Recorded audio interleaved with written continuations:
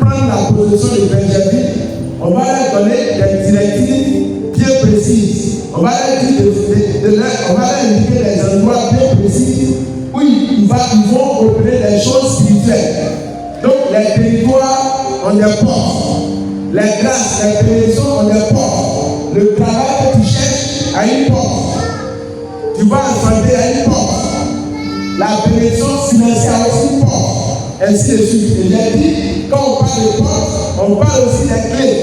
Et je vous ai aussi dit, pour avoir une vie spirituelle épanouie, il faut connaître cette réalité de porte et il faut la maîtriser. Il faut connaître les vrais codes pour pouvoir accéder dans le monde spirituel comme dans le monde matériel. Pourquoi? Parce que les bénédictions sont d'abord dans le monde spirituel. Quand Dieu dit par la bouche de Paul que le Père de notre Seigneur Jésus nous a bénis de toutes sortes de bénédictions spirituelles dans les lieux célestes en Christ. Donc le travail, les finances, le mariage, toutes sortes de grâces que vous pouvez citer, tout ça se trouve d'abord dans le règne de l'esprit, dans le monde spirituel. Maintenant, notre responsabilité, c'est de convertir les grâces qui sont dans le monde spirituel là, dans le monde réel. Sinon, Dieu a déjà fait sa part.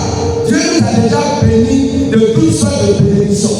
Mais à nous maintenant d'aller prendre les bénédictions là où ça se trouve, dans les lieux célestes, pour envoyer dans les lieux terrestres. Alléluia. Alors pour que la bénédiction quitte le céleste, pour arriver au terrestre, il faut que le terrestre puisse ouvrir sa porte pour que le spirituel puisse entrer. C'est pourquoi hier j'ai dit, la porte est un lieu de transaction, c'est un lieu de croisement, un lieu de rencontre entre le monde spirituel et le monde terrestre. Donc c'est une réalité qu'il faut savoir. Alléluia. C'est une réalité qu'il faut savoir. Et particulièrement parlant des temps, je nous ai dit, les temps aussi se rencontrent, les temps se croisent.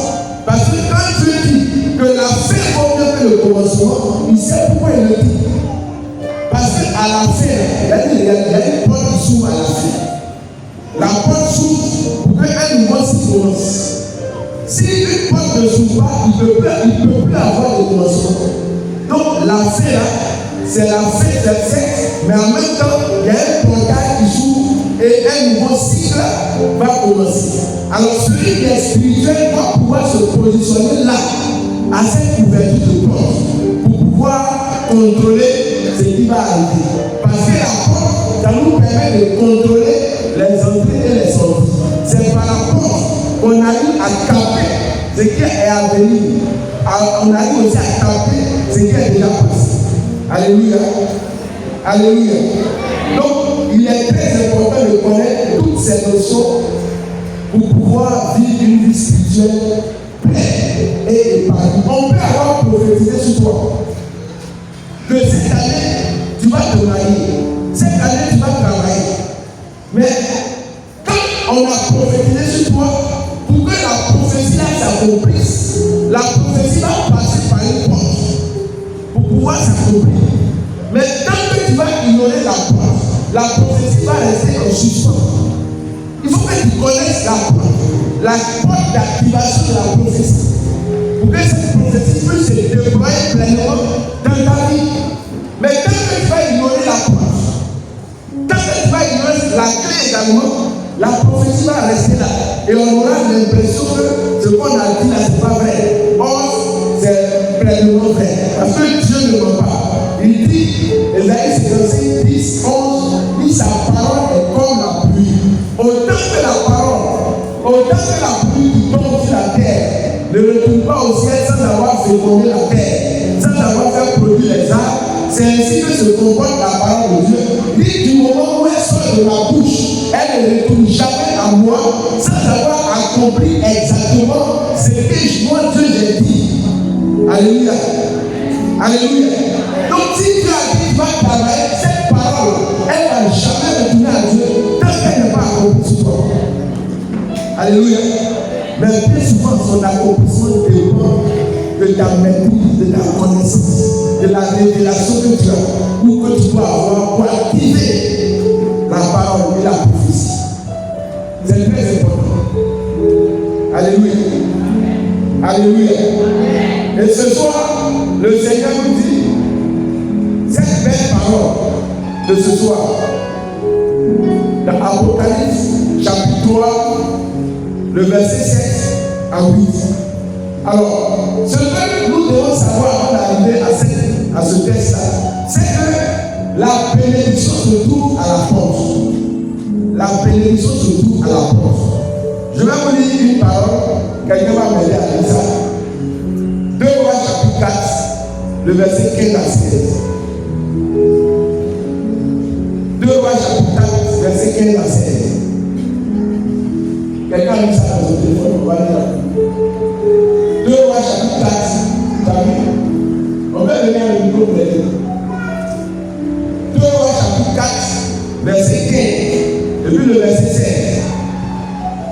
Ça c'est un prophète qui parle. Oui, vas-y. 2 Rois chapitre 4. Et Élisée, le prophète Élisée, oui. Appelle-la, Géasi l'appela. D'accord, donc je l'appelle un peu. Élisée, le prophète, il est allé séjourner chez une femme qu'on appelle la Sunamite. La Sunamite a recueilli un prophète. Elle a fait du bien à un prophète. Elle a offert une chambre, afin que quand le prophète serait dépassé dans la ville, il vienne se déposer là. Alléluia. Alléluia. Mais le prophète a remarqué que depuis qu'ils sont dans la maison, lui et son serviteur Géasi, il n'y a pas d'enfant qui pleure dans la maison. Donc il demande à Élisée, qu'est-ce qu'on peut faire pour la femme? Son serviteur Géasi dit, ah, elle n'a pas d'enfant. Donc Élisée dit à son serviteur, va m'appeler cette dame. Donc on y va. Et elle se tient à la porte. Elle se tient à la porte. Et Élisée lui dit, à cette même époque, oui, dans un an, tu caresseras un fils. oui. Et elle dit, non mon Seigneur, homme de Dieu, ne donne pas ta servante. Amen. Père de joie. Donc la femme là, elle n'avait pas d'enfant. Depuis des années qu'elle était mariée, elle n'avait aucun enfant. C'était une femme très riche. Et le prophète appelle la femme. Et lorsque la femme s'est prophétique, qu'est-ce qui se passe? La femme arrive, elle se met à la porte de la maison d'Élisée. Et la Bible a généralement les détails, c'est ce qui fait le message dans la Bible. Parce que Dieu comprend français. Et la Bible dit, la femme, elle est venue, elle s'est arrêtée à la porte. Elle n'est pas restée au salon, elle n'est pas rentrée dans la chambre, elle est restée à la porte. Et c'est exactement à la porte là que le prophète prophétise. Le prophète lui dit, l'année prochaine, à la même date, le 26 décembre 2025, l'année prochaine, tu vas venir ici à la prière avec ton bébé. Toi, tu n'en fais pas. Alléluia. Alléluia. Et la femme a reçu cette prophétie-là à la porte. Alléluia. Elle est restée à la porte, elle a reçu sa prophétie. Je vais dire à quelqu'un, toutes les prophéties que tu reçois à cette porte de 2025, aucune de ces prophéties ne va rester à terre. Toutes ces prophéties vont s'accomplir pour toi. Au nom de Jésus. Donc à la porte là, c'est à la porte qu'on capte la prophétie. C'est à la porte qu'on reçoit la prophétie. C'est à la porte qu'on rend la bénédiction. Et nous sommes à la vraie porte, à la bonne porte, la porte de 2025. Alléluia. Et l'année qui a suivi, à la même époque, à la même date, la parole qui a été prophétisée sur la Sunamite à la porte, cette parole-là s'est accomplie. La femme est tombée enceinte et elle a accouché. Alléluia. Je prédis suppose que tu vas tomber enceinte, tu vas accoucher. Toi qui ne fais pas, cette parole s'accomplira dans ta vie. Tu vas tomber enceinte et tu vas accoucher. Alléluia. Alléluia. Ça va s'accomplir dans ta vie. Parce qu'à la porte, pourquoi à la porte? Là, quand il y a une porte, il y a un portail, le monde spirituel est ouvert. Donc les paroles circulent sans embouteillage. Alléluia. Alléluia. Actuellement, dans le monde spirituel, il n'y a pas d'embouteillage. Même si sur la voie de Benjamin, il y a un embouteillage, mais dans le règne de l'esprit, il n'y a aucun embouteillage. Aucune prophétie ne va rester. Alléluia. Même si on a prophétisé 10 000 fois sur toi, c'est 10 000 prophéties vont s'accomplir. Donc, à la porte, la bénédiction se tape, ça tape à la porte. La bénédiction prend forme à la porte.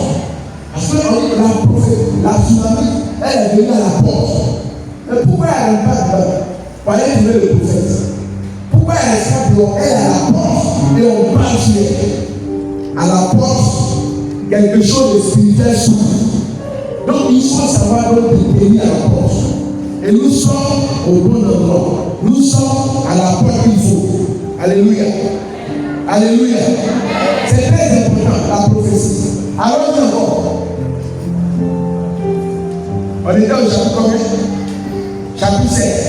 Chapitre 5. Allons au chapitre 7. Toujours dans 2 Rois. 2 Rois chapitre 7. Tu vas lire le verset 1. 2 Rois chapitre 7. Verset 1. Oui. Élisée répondit. On a toujours le même prophète Élisée, oui. Écoutez ce que dit l'Éternel. Voici ce qu'il déclare. Oui. Demain, à cette heure, sur la place de Samarie, oui, à la porte de la ville, on vendra 10 kilos de fine farine pour une pièce d'argent et 20 kilos d'orge pour le même prix. Alléluia. Alléluia. Cette prophétie-là est venue à une période où Israël était dans la famille. Israël était en famille. Pourquoi? Parce que Israël était. Et il y avait un embargo sur Israël. Les Syriens sont venus attaquer Israël. Ils ont tué toute la ville d'Israël, de Jérusalem. Donc personne ne pouvait sortir. Et cela durait depuis plusieurs jours. Et ce qui était grave, tellement il y avait la famille, les gens commençaient à manger leurs enfants. Alléluia. Les femmes qui avaient des bébés, elles s'associent, on tue le bébé d'une femme, on le mange aujourd'hui, et puis le lendemain, 2 jours après, on mange l'enfant d'une autre femme, ainsi de suite. Tellement il y avait la famille. C'est que c'était grave à cette époque. Au point où on peut manger l'enfant des gens pour se rassasier. Et c'est dans cet environnement de famille là que le prophète élève et le prophète dit, demain, je vous dis, demain, à la porte de la ville, au point de la ville, la farine sera versée en grande quantité. Alléluia. Alléluia. Il n'y avait même pas de pluie, il n'y avait pas de nourriture. Mais dit demain, au point de la ville, on va ramasser en grande quantité. Chacun pourra se servir en grande quantité de la farine, de l'huile. Comment est-ce que c'est possible? Et le serviteur du roi, celui qui était à côté du roi, il dit au prophète, même si on a ouvert les fenêtres du ciel, ta prophétie a dit non, tu es un menteur. C'est aujourd'hui je vois que toi, Élisée, tu es un menteur ici en Israël. Alléluia. Il dit même si Dieu, qui est au ciel, il a ouvert toutes les fenêtres du ciel, il aura tué du bien, ça ne peut jamais s'accomplir. La situation dans laquelle on est, on mange les bébés. Comment ça va se faire? Et puis on va avoir de la farine en grande quantité au point de la vie. Alléluia. Mais sa parole est réalisée. Le lendemain matin, c'est la parole que le prophète a relâchée. Il dit demain, au point de la vie, il aura de la farine en grande quantité, chacun pourra se nourrir. Alléluia. Alléluia. Effectivement, hors de la ville, il y avait 4 lépreux. Parce que les lépreux, ils n'étaient pas admis dans la ville, dans le village. Ils étaient déclarés impurs. Donc 4 lépreux étaient hors de la ville et ils étaient là. Ils se sont dit, avant qu'on les laisse ici, si on reste hors de la ville, on a faim, on va mourir. Si on rentre dans la ville là-bas, on est impur, ils vont nous tuer. Si on va chez les Syriens là-bas aussi, c'est notre ennemi, ils peuvent nous tuer.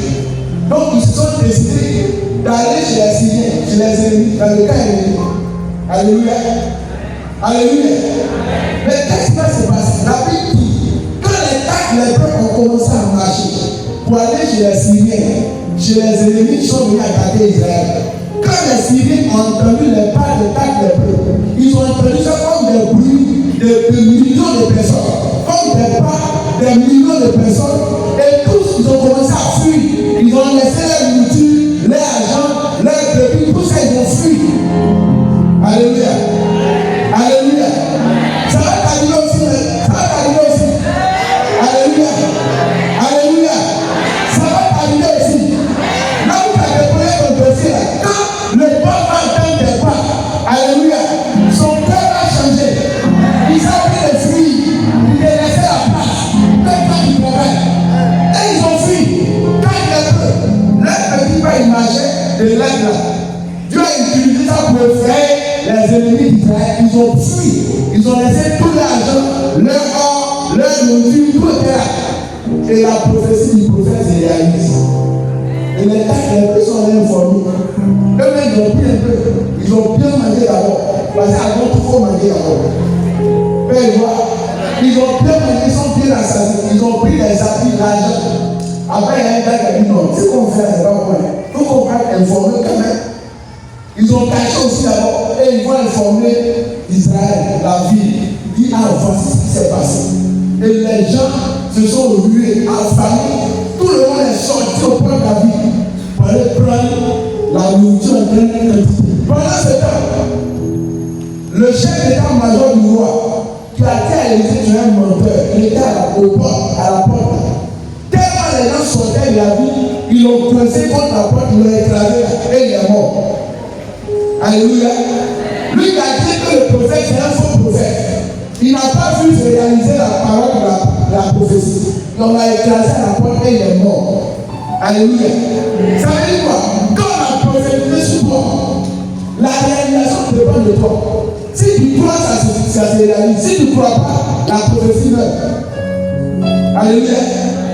Alléluia. Si tu crois, peu importe ce qu'on a dit, Dieu est capable de le faire. Même si Dieu dit, toi qui me suis là, tu vas marier un Chinois, un Américain, ça va s'accomplir. Dieu va opérer par un arrangement divin, un Chinois peut atterrir ici à Benjamin. Alléluia. Et puis il demande les renseignements, c'est sur quoi il tombe. Et puis il prend ton numéro. Et puis ça devient mariage. C'est pas mariage ça là. Attends le Seigneur un peu. Alléluia. La bénédiction, ça se prend à la porte. Ça rapporte, ça se trouve à la porte. Donc tu as la bonne place, à la bonne place. Tu as la bonne position. Alléluia. Alléluia. Les messieurs n'ont pas cru, mais ceux qui ont cru, ils ont mangé.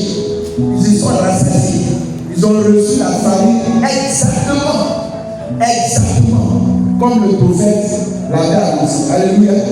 Donc la bénédiction se trouve à la porte.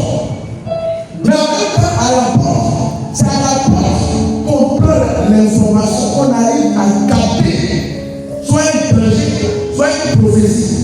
Quand on est à la porte, si vous lisez par exemple Esther, on ne va pas lire ça, la Bible Esther, quand vous lisez ce livre, Esther chapitre 3, la Bible dit, il y a un monsieur qu'on appelait Mardochée.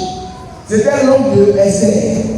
Il était en train de former un complot contre Israël et contre le roi. Et la Bible dit, Mardochée était assis à la porte. Et comme Mardochée était assis à la porte, il a entendu le complot que les gens faisaient. Alléluia. Pourquoi? Parce qu'il était assis à la porte. Donc quand tu as la porte, tu as la révélation du futur, de ce qui va se passer à la porte. Alléluia. Est-ce que vous savez ce que ça signifie janvier? Janvier.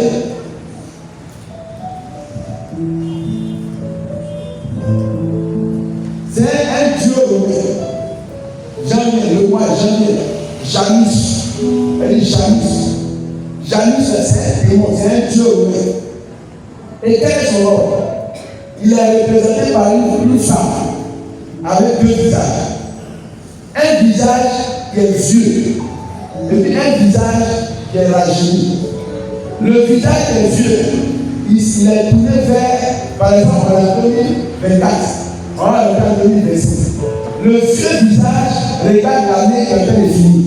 Et puis le nouveau visage regarde la vie qui va commencer.